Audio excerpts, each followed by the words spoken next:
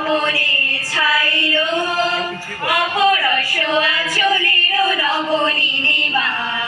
গোপন স্বপনে ছাইল